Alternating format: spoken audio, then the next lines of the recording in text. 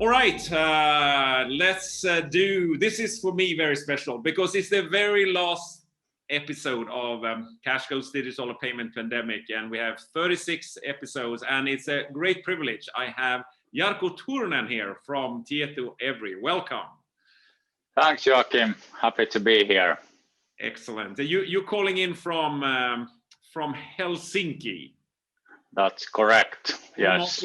I take it. This is like everybody else, sort of nowadays. Very often you work from home. Yes, absolutely. And I mean, you can see my IKEA shelves here, so it's yeah. You know, you have the same furniture all over the world, I guess. Yeah. Well, IKEA has done a good job, sort of, to spread the Swedish sort of design everywhere. Yes. So I think they've had a good thing, and that's a little bit what I like to talk about, is that how we can come with Swedish stuff, you know, all over the world, and also maybe we should say Nordic stuff, because TietoEVRY I think is kind of interesting because it's you are huge in terms of digital services in the Nordics and also payments in the world, but it's can you just explain to people who are not in the sort of banking sector of who's sort of Tieto, and what's great about it, and you know, how big are you really, because I know you're big.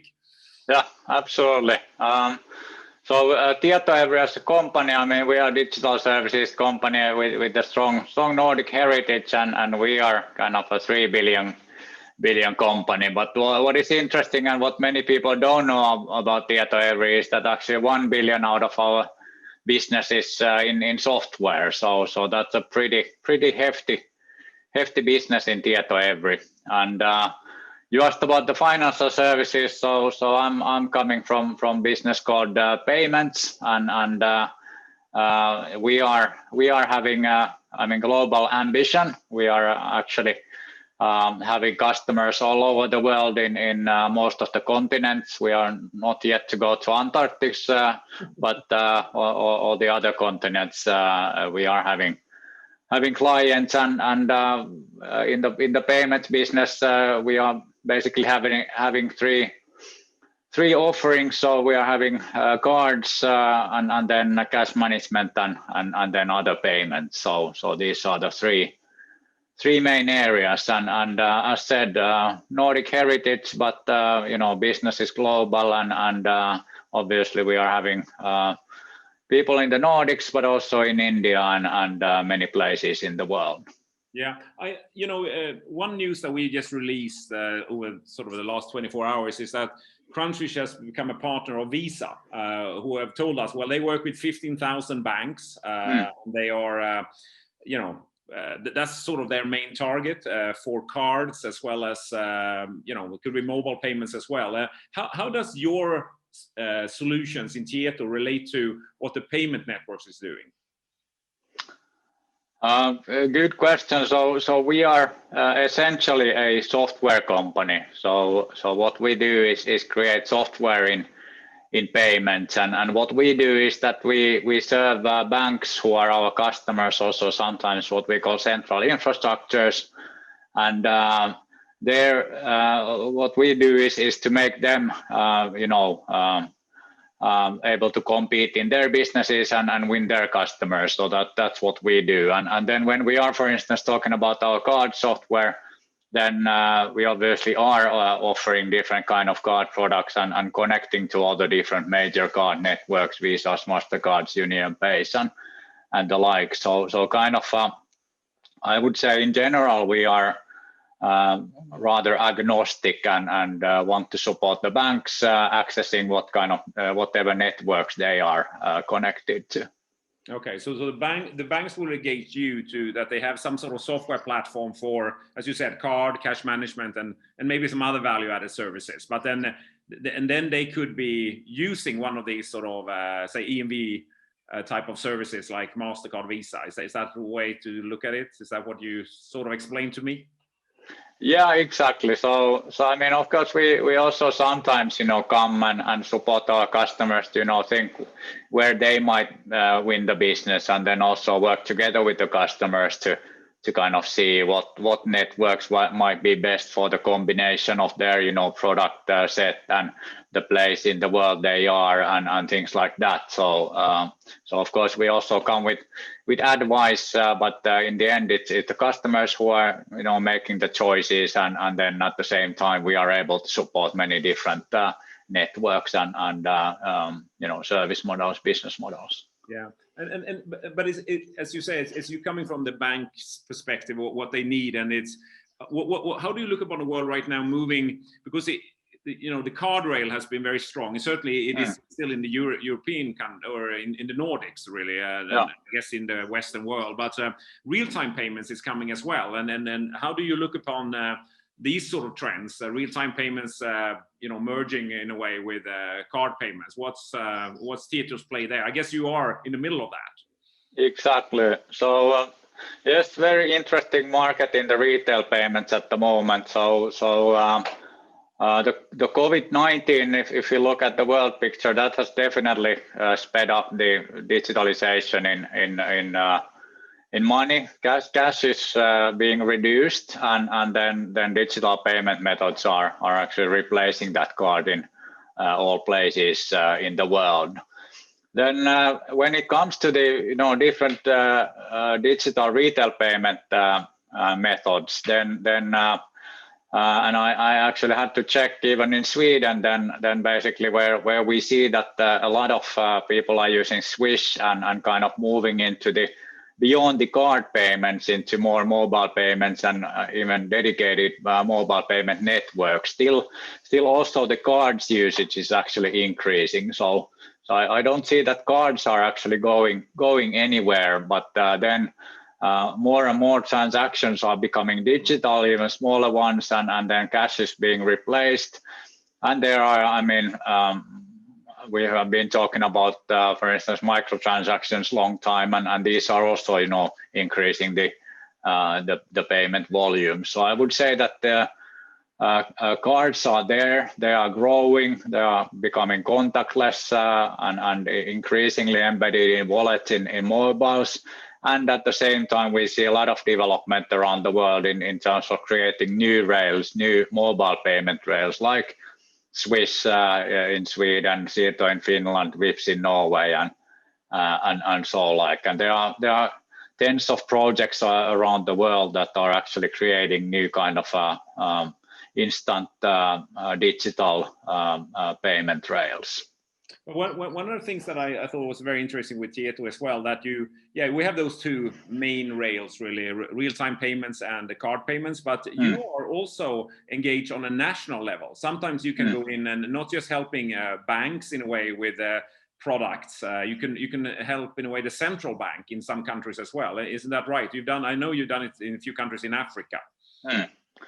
Correct. So we have, in cards business, we have along tens of years of heritage, and we have actually worked there also with the central processors, kind of creating national card schemes and supporting processing centers to manage different card brands. So that's a long history to Tieto as a business all over the world. And then recently we have, seen this trend of looking into new payment, instant payment capabilities beyond the cards, and it's correct. We are working with a number of central infrastructure, central banks, and other players to actually create these kind of instant payment infrastructures, and there we are basically offering the capability for clearing, but then also all these instant payment cases are interesting because basically the clearing is, that's the basic thing that you need to do.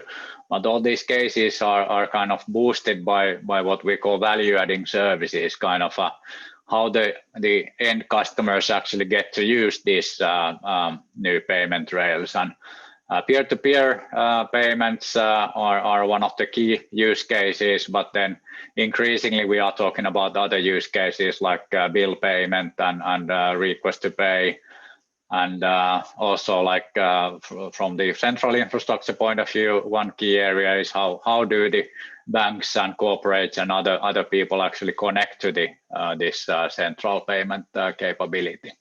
Yeah, no, yeah, very interesting. I think, you are, yeah, and I know you are active. Say, you talked about Swish a few times, because I think I had that with the interview with Magnus Lagerson, and he was talking about the fact that they are only, I think, 18 people in Swish, even if they have such a strong position, is that, well, they have great partners like TietoEVRY is sort of doing the back end development. So you are in a way there, you know, they lean on you when it comes to their back end development.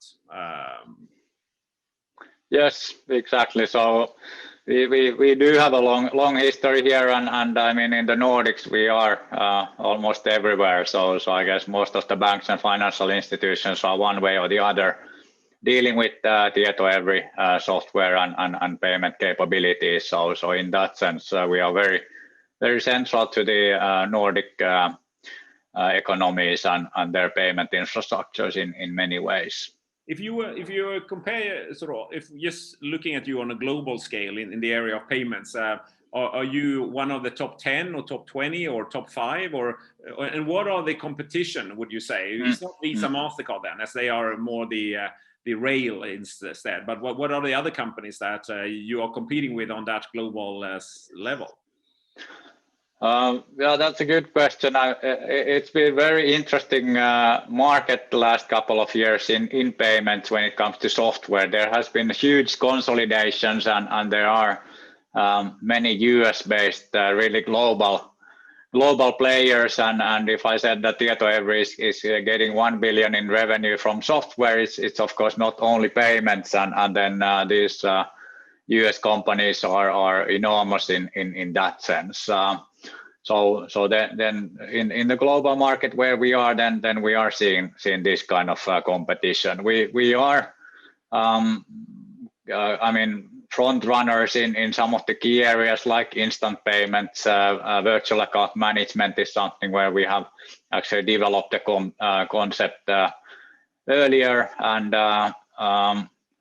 yeah, so it's really interesting market, and one finding, one of the analyst companies I spoke to last week, they actually said that for instance in cards business, when they have now revisited their vendor analysis, then what they see is that in the cards the products are pretty much in par with each other, and then actually it's now possible for even the smaller players actually compete with these really huge US-based companies. So it's actually an really exciting times in the market. A lot of business transactions, and then at the same time the kind of opportunities are leveling. Yeah, and sliding then over a little bit to what this little company, we are small, a little player, Crunchfish in Sweden, and we're talking to big TietoEVRY here. But what do you see about our digital cash solution that attracts you, or how does it fit with what you're doing? What's your take on that? Yes, so I mean, it's in general always very interesting to talk to small companies and fintechs who are having innovative products and kind of looking into how we can complement each other and bring new value together to the market. And when I look at Crunchfish, then at least one specific area that I'm very curious on is this capability to do offline payments. I mean, I said we are delivering, for instance, instant payments and card systems to many players in the world, and then even if it's not like a problem anywhere in the world as it used to be to have connectivity, then you anyway find the pockets of kind of where there are no connectivity, and then you need to have some kind of offline solution. I mean, if I go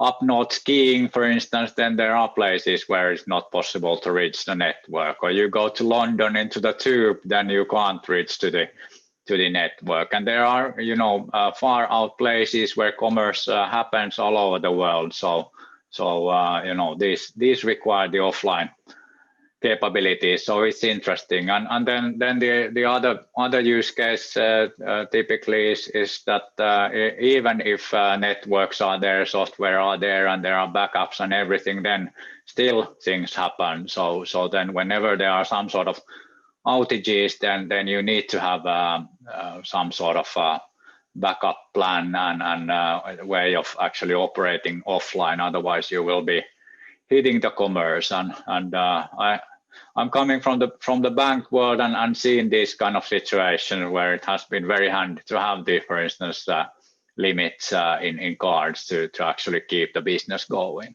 Yeah. Okay. Something we announced just over the weekend, which was after we spoke, and we haven't spoken since really, is I don't know if you saw that press release that we have come up with that we believe that this sheer idea of us that we have it in 2 steps, that you do an offline transaction first, and it could be a safe transaction, and then the second step, it's sort of it's basically sending it up for clearance, that you are moving money between accounts. That's the second step. But the fact that we split it opens up for interoperability, because it's not harder within Swish, for instance, to make a Swish merchant trust that this is a legit payment in offline mode. Then it actually is across borders, across schemes, across services. So it opens up, and we didn't see this from the beginning, but we saw it sort of a month ago, that interoperability is actually quite an interesting play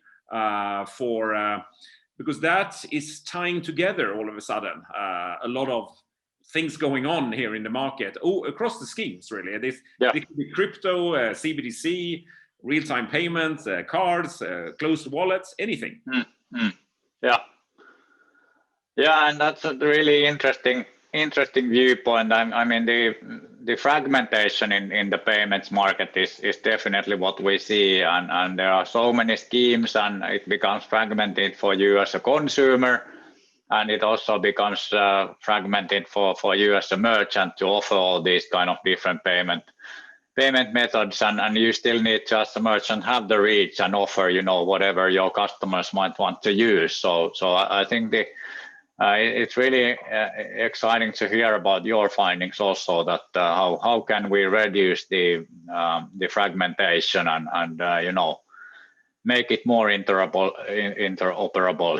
across the different rails and schemes and the likes. Yeah, because I think the challenge is on the acquiring side. I think it's kind of easy to get apps to everybody. Certainly some of the American sort of big giants, they have very popular apps, and they can solve the issuing side, but it is the acquiring side to onboard that, which is the fragmented part. And if we could then provide that interoperability, that would it would help CBDC rollouts, I think, coming, but it could also help in a way these what the CBDC or the central bank are afraid of, Libras. Libra could be Bitcoin. You could pay with Bitcoin. It's because we do some sort of switching here, or FX in the app. We have almost like a currency table, and then that allows you to be nominated in one currency in your app, and you could sort of be debiting the equivalent of how much you then, if you're paying in in yen, you can calculate what is that in your krona. So we make sure that the money's there, but then it's just the actual settlement between yen and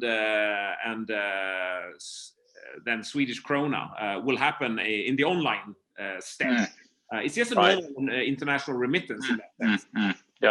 It is an interesting play, and I don't know what that means politics-wise, or how that will affect the world. I haven't really. I just understood that our technology could be an enabler for something that hasn't been seen before, because it's quite fragmented, as you say. Also, it's silos, isn't it? The schemes don't really work together. It's sort of one. Everybody builds their own sort of tower. Yeah, that's true, and yes, especially cross-border, it becomes interesting. I mean, even in the fiat currencies, then kind of how do you do the currency conversion, and there are many forces in that. I mean, it's also an earning mechanism for different players on kind of understanding the difference on the currencies, and there at the same time, consumers would want to have the convenience, but then also kind of not pay excessively on the cross-border trade. I mean, it's fine in the small amount, but the bigger amount, then it's kind of a hefty fees sometimes in these things. And then the CDBC world is pretty unexplored, I would say, still when it comes to commercial payments, and how do you do, as you say, currency exchange between the CDBCs and fiat currencies, and even different CDBCs or stable coins or what have you. Then that's an interesting topic.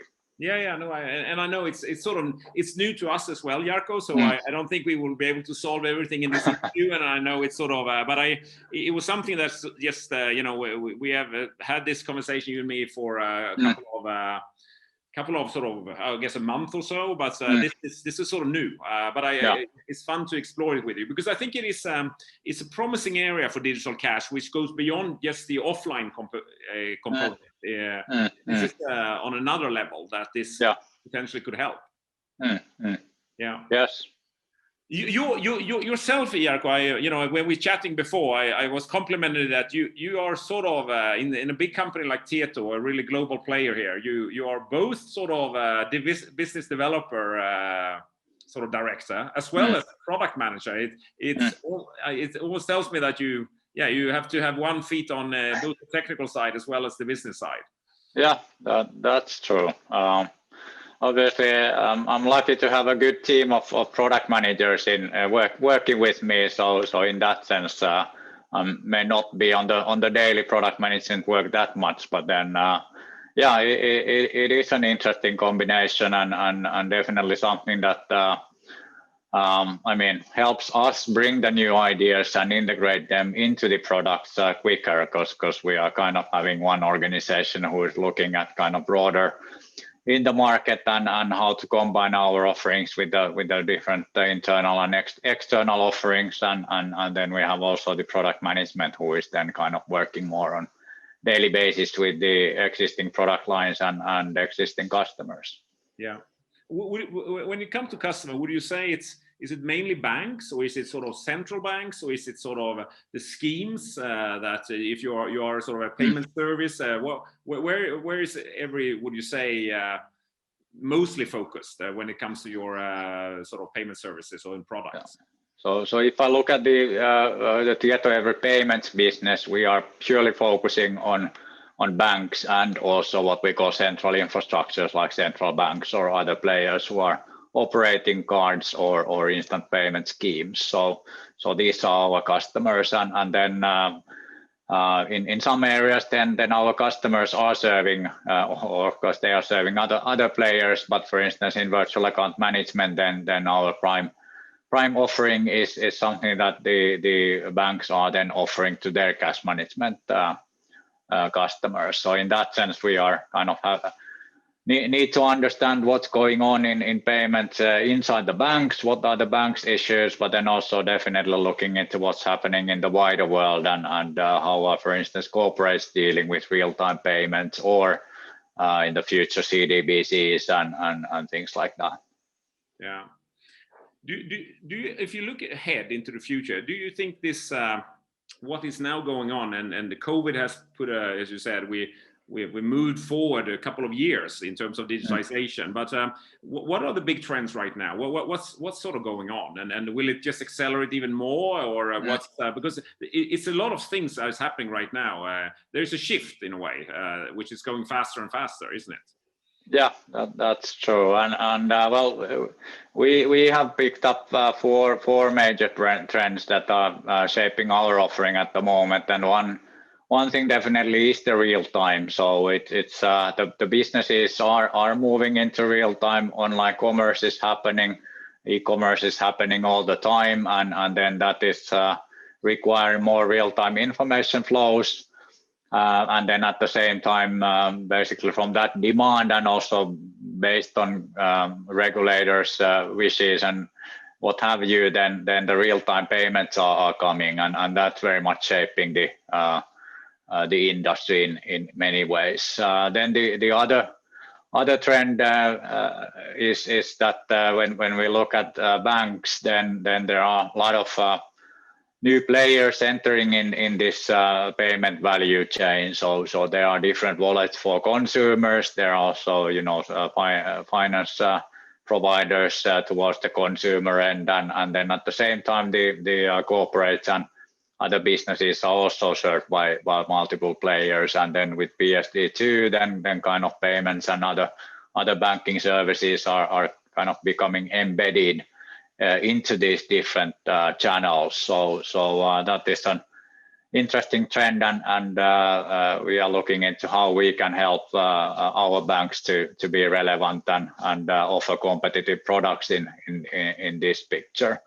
I mean, cost is of course always a factor, but with the increased speed in digitalization, then it's becoming even more important. How do you reduce the money that you spend in running the bank, and how you invest more in actually creating more value for your customers? And then final trend is about the kind of customer experience. I mean, we are of course looking into the user interfaces and things like that, but then we are definitely going beyond mobile into more the voice and AI, and in payments it's very interesting to look into, okay, what can you actually deduct out of the data? Is it I mean, what kind of payments you might want to do as a treasurer going forward, or kind of what kind of value you can bring by combining the different